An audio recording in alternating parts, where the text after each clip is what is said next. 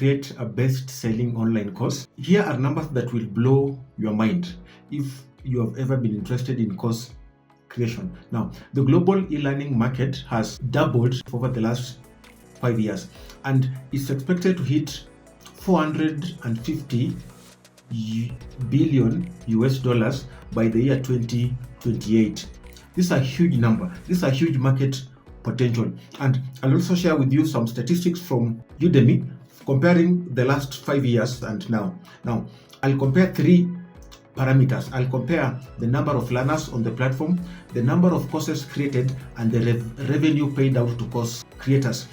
You ready? Let's go. In 2019, Udemy had 40 million learners registered on the platform. In the first quarter of 2024, this number had almost doubled to 75 million learners by early 2024. And this has confirmed consistent growth trend for the last 5 years. The number of courses in 2019, the same year, Udemy had 130,000 number of courses registered on the platform. By first quarter of 2024, this number had risen to 250,000 offering. Look at it, the number is again almost doubling. Let's look at now the good side, what you guys love. What about the revenue side?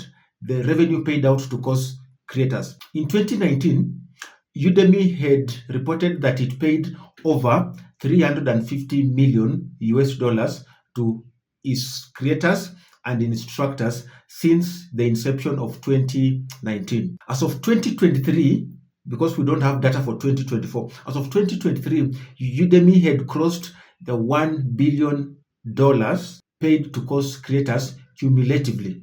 And this trend suggests that by 2024, it's likely that Udemy had paid between 1.2 to 1.4 billion US dollars to course creators. Now, what do these numbers mean? That the e-learning industry is growing. Number 2, the e-learning pie is growing, and given that it requires low startup costs and you have access to the global audience and the global market, online courses are one of the most profitable, most scalable digital products that you can ever create in 2025 and beyond. And with the available resources online right now, creating quality content in high demand topics, niches such as tech, personal finance, productivity, and creative skills is something that will generate substantial passive income on its own. Now, do this number matter to you, and why do they matter?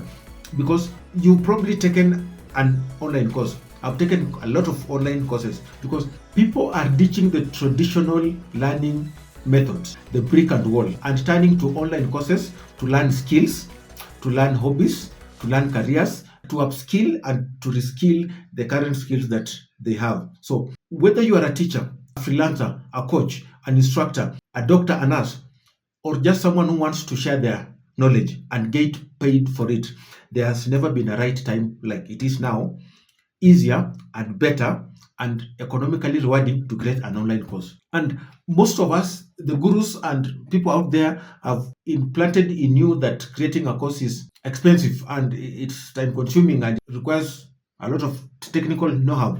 No, creating online courses is not only for tech guys, it's not only for big influencers, it's for anyone with a willing heart. So in this video, I will break down a 7-step process, all the steps that you need for you to create a functional and a best-selling course, so that regardless of your technical know-how, regardless of your skills, you can walk out there, create a course, market it, and put it on a marketplace and sell it to give you an extra source of income. So by the end of this video, you'll be ready to launch your first profitable course, and without much overwhelm, without much technical jargons and technical words. So step number 1, you need to find a high demand profitable topic. And courses solves problem. So your topic should be able to solve a problem. And how do you find a profitable course title? So you head over to marketplaces.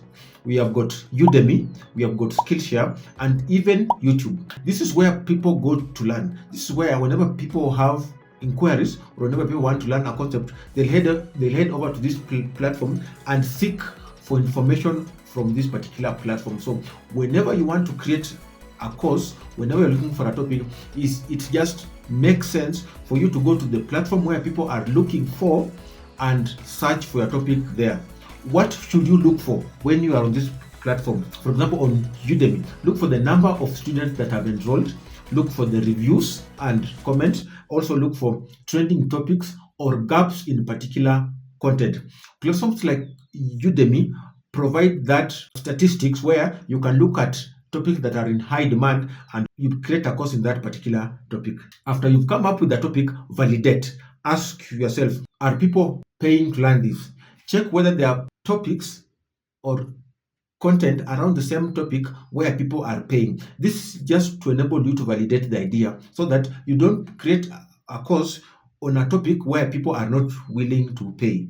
So after you've come up with a topic and you've validated the topic, you map out the transformation that your course will provide.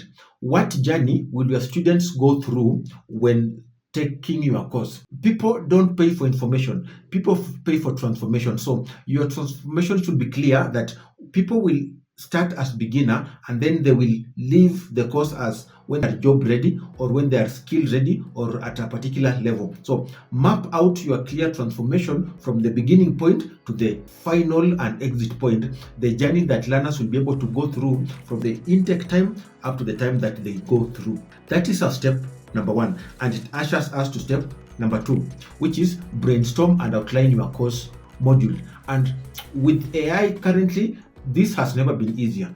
Go to platforms like ChatGPT, Gemini, and key in your topic ideas and just ask the AI to give you subtopics or subtopic ideas that you can talk about, that you can address. You can as well use platforms still like YouTube, platforms like Skillshare, platforms like Google Autosuggest to give you some subtopic ideas on the particular topic that you have. This will help you to brainstorm, this will help you to structure and break your topic into particular subtopics that you can easily create content about. It's worth noting that each module should answer a particular question. For example, if you are teaching photography, your topic should probably be something like photography for learners or photography for starters. And then module 1 should be something like, what camera settings should I use for particular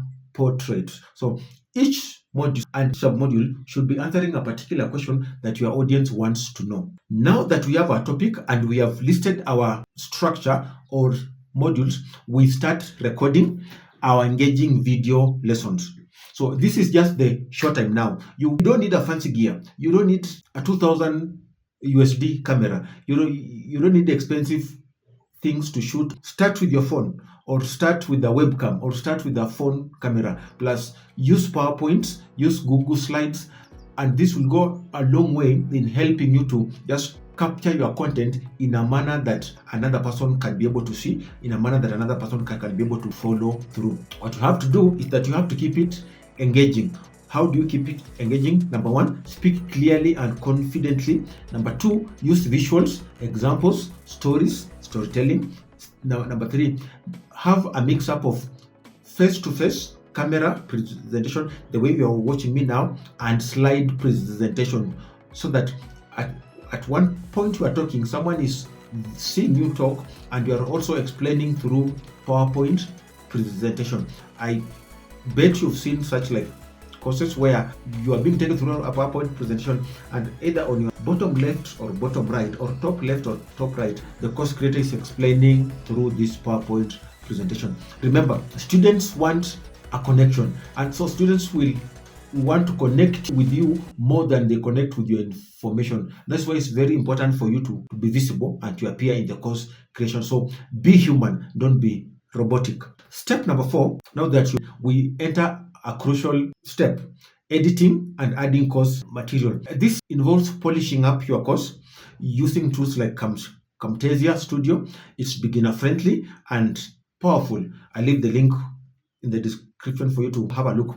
Edit out mistakes, edit out pronunciations, include overlays, include transitions and backgrounds, music to keep it smooth and professional. Then create your support materials like workbooks, checklists, a summary, and PDFs notes. So these extras will boost your perceived course and add value to help learners understand more.